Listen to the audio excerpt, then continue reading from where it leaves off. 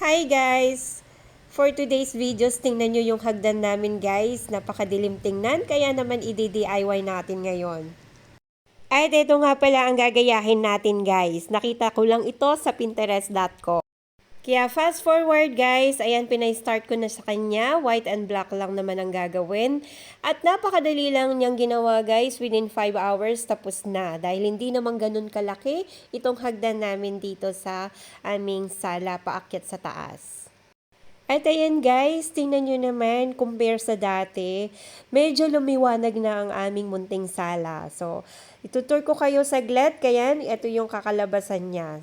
So, ayan na guys, ito, pure black and white, brown, ang tema ng bahay namin guys. Sobrang simple lang. Ayan, sa pagdi-DIY ko. Ayan, napakaganda. Ito na yung before and after. Yun lang. Thank you for watching. Bye!